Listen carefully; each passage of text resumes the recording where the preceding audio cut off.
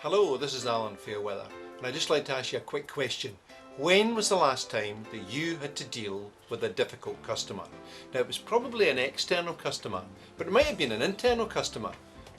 You're like a colleague, or maybe one of your staff, or perhaps even your boss.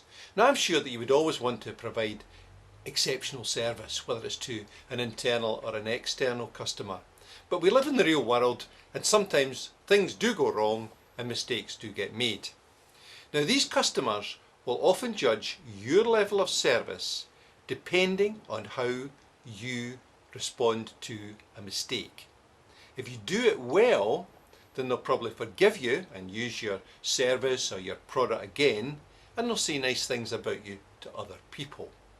But the important thing to realise when dealing with an upset customer is that you need to deal with their feelings and then deal with their problem.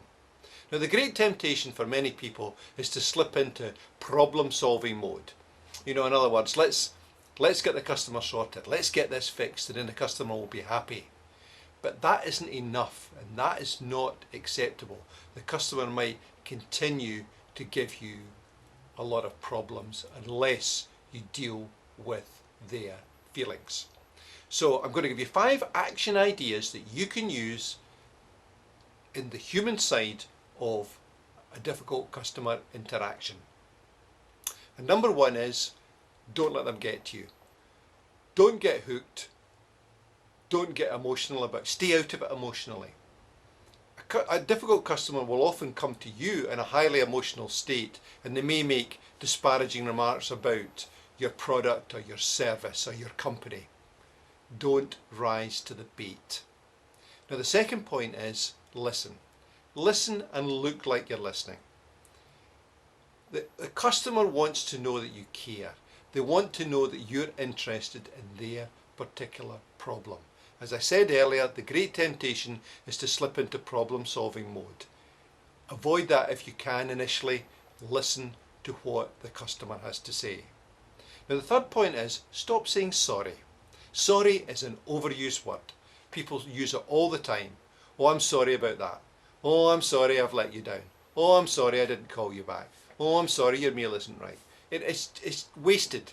It just flies over the customer's head, and as I say, it has completely lost its value. It would be far better to say something like, I apologise that your meal isn't hot enough, or I apologise for not calling you back. Maybe just change from the sorry word. If you are going to say sorry, then it's better to include it as part of a whole sentence. I'm sorry, Mr. Smith, that I have not called you back. That was very remiss of me, and I will put that right immediately. But something you can do that's much better than saying sorry or saying sorry or apologising is to empathise, and that's point number 3. Using empathy is a very effective way to deal with a difficult customer's feelings. Empathy isn't about agreement, it's about acceptance of what the customer is saying. Basically, the message is, I understand how you feel. Now, this needs to be a genuine response. You can't pretend that, to understand how the customer feels, because if you do, they'll realise and they'll feel patronised. A typical empathy response would be, I understand that you're angry, or I see what you mean. Again, I can't empathise it enough. It needs to be a genuine response. Now, point number 5, this is an extension of the empathy response. It's about building rapport. It's about adding another phrase to the empathy response, about putting yourself in the picture. In other words, you might say something like, I can understand how you feel. I don't like it when that happens to me. I can understand your frustration at being kept waiting, Mr. Smith. I don't like to be kept waiting either. Now, some customer service people are a little bit concerned about this response because they feel it might lead the customer to say, well, why don't you do something about it then? Now, the majority of customers won't respond this way if they sense that you're a genuine and caring person. If they do, then you can only continue empathising and then get the problem resolved. Now, make no mistakes about it. Customers are primarily driven by their emotions, be they internal or be they external.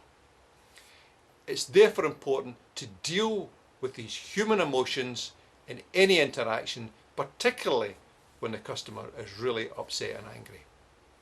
If the customers like you and they feel that you care and that you're interested in them as an individual, then they're more likely to forgive your mistakes. I wish you every success.